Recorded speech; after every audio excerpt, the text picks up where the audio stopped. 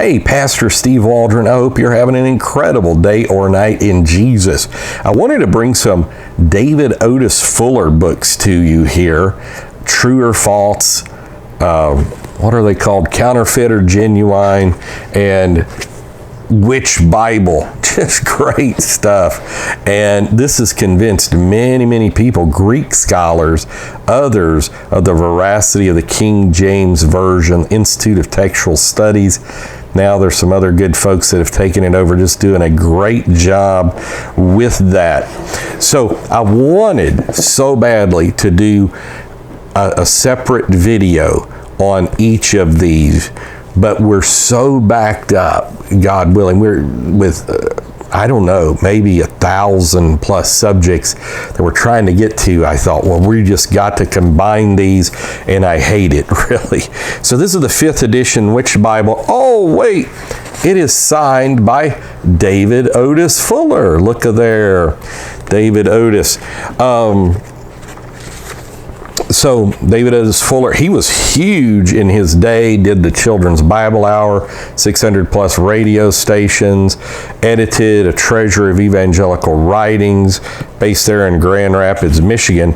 I told Brother Mooney one time we saw like 8, 10, 12 of these for $5-6 each at Baker Bookhouse in Grand Rapids. I said, just trust me, grab them all. He got them all. Then some neat stuff. So here's some things, acknowledgments. This is in Which Bible? Zane Hodges, very good on the majority text. E.F. Hills, fantastic. Terrence Brown, Jasper James Ray, David Fountain, and others. So, The Learned Men by Terrence H. Brown. Just outstanding. This is a chapter in here. The Greek text of the King James Version by Zane C. Hodges. The Incomparable Wilson, the man who mastered 45 languages and dialects. Absolutely amazing. That is by Henry W. Corey of the Orthodox Presbyterian Church. E.F. Hills, he got his degrees from Yale and his doctorate in New Testament criticism from Harvard. But Robert Dig Wilson went through the Old Testament, said you can trust it 100%. He learned 45 languages to know that. And then his book, Robert Dick Wilson, his article in here is The Higher Criticism Scholarly. He shows it is not. Edward Hill's The Magnificent Burgon, Doughty, champion and defender of the Byzantine text. D.A. Waite, who passed not long ago, was head and the beginner of the Dean Burgon Society. George Sales Bishop, The Principle and Tendency of the Revision Examined. This really shows why the Revised Version of 1881 and 85 was bad.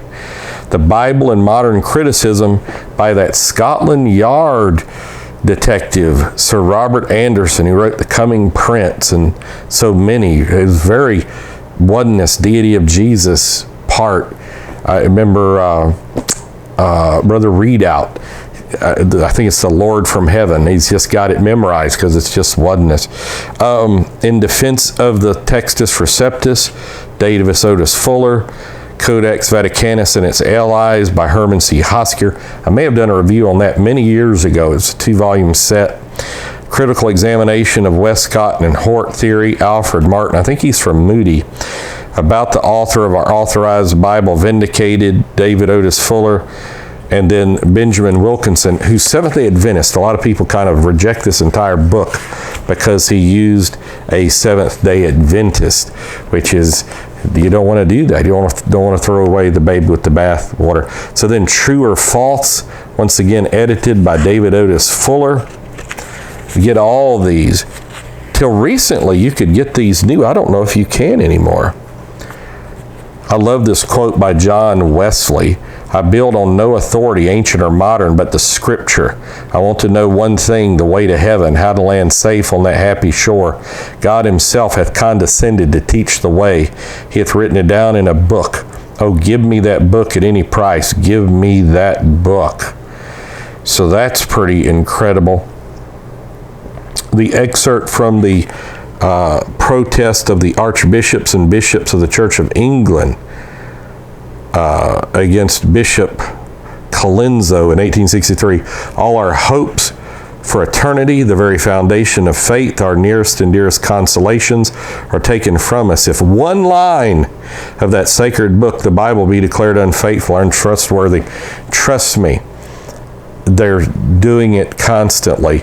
Modern scholars are saying the Bible's all messed up. I'm talking about your conservative ones, people that you guys just follow all the time, so many of you.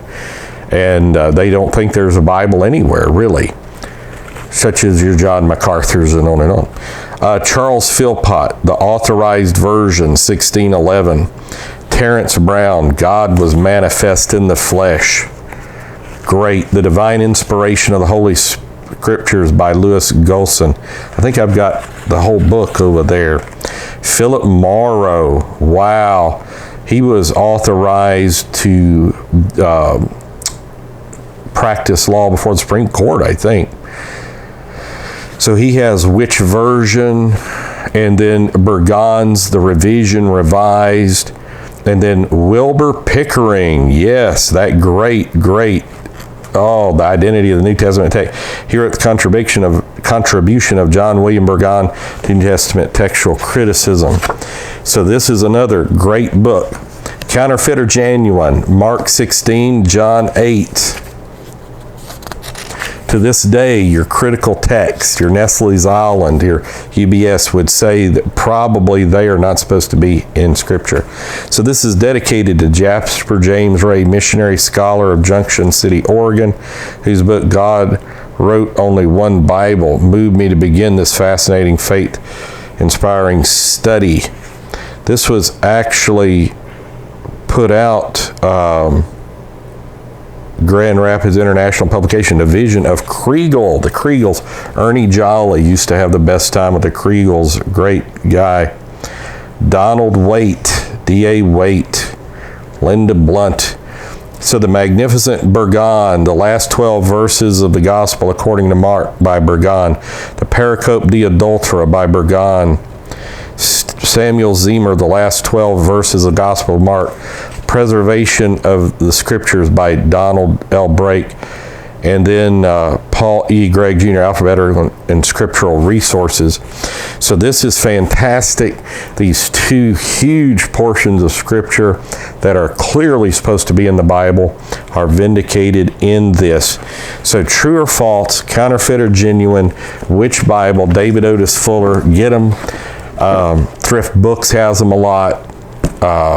Maybe Baker Used Books, eBay. If you can find them new, that's the way to do it. So God bless you. Talk with you later. Bye-bye.